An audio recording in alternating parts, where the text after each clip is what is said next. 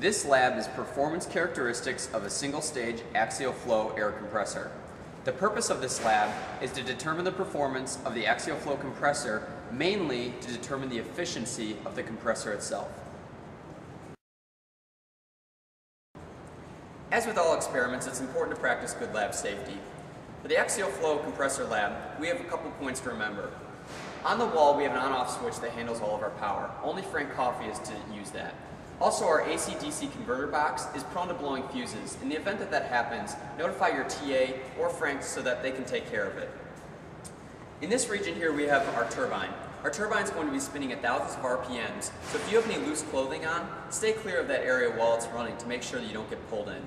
And then finally, our compressor blades reside here. Those are also spinning as well. Make sure that your hands stay clear of the region during the operation of the experiment so that no injuries occur. Now that we've covered safety, we need to understand the apparatus itself. With the power turned on, we then need to start the AC-DC converter using the start button in the upper left-hand corner of the box. That converter is used to convert AC wall power for our DC motor. Now here we have our DC motor with a load cell connected here, as well as a counterweight, and the length of this arm can be found on the plate connected to the DC motor. Next we have a rheostat that will control the amount of RPMs that the motor is operating at. Here we have our start, reset, and stop buttons that are used for operation of the motor. And now we have our turbine down here, as well as our compressor blades. Now I say blades, but we only have a single set of compressor blades as well as a set of stator blades. Now the stator blades are up front and are used to increase the pressure of the flow, slow the flow, as well as set the flow at the correct angle for the compressor blades. Next, the flow will move through here, an 18-inch diameter tube, and pressure will be measured at this gauge. An orifice plate is here that takes the 18-inch diameter and brings it down to 9 inches. And then we have another pressure gauge, which will measure the pressure once the flow has come through the orifice plate. And then finally, we have a back plate, which will be set at different increments from 1 to 3 inches that will adjust the back pressure of the whole system itself, thus affecting the results of this experiment.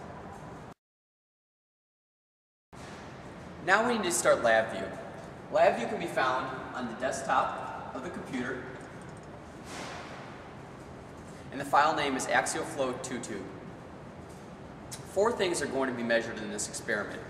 First is our motor RPM, and next our diameter force, which is measured from that load cell I previously mentioned. And then the next two things are pressure readings. First, pressure 1 is measured here right after the compressor blades. And this reading is in inches of water, and it's a gauge pressure. Pressure 2 is measured downstream past the orifice plate. And again, it's in inches of water and gauge pressure. These four readings are going to be recorded for different distances of the backplate being set. Once the apparatus is powered on, you need to tare using the tare button in LabVIEW and begin your experiment.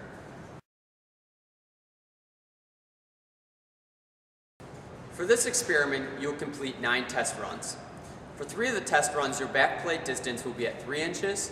For the next 3, it'll be at 2 inches, and for the final 3, at 1 inch. Within each of those backplate distances, you will vary the RPMs from 600 to 1600. First, we want to verify the distance the backplate is from the end of the orifice. Using our ruler and adjusting the thumb screws here, we can verify that we're at 3 inches. There are 3 points of contact here, so verify the distance at each point of contact so that the backplate is not on an angle. Next, if you haven't yet, tare the LabVIEW program to make sure you get accurate results. And when you're ready to begin, you can throttle up the motor using the rheostat. Adjust the rheostat very slowly because the faster you do it, the more likely you are to blow a fuse in the AC-DC converter, thus halting your experiment. Once you have completed all 9 of your test runs, power down the equipment fully and begin your data reduction.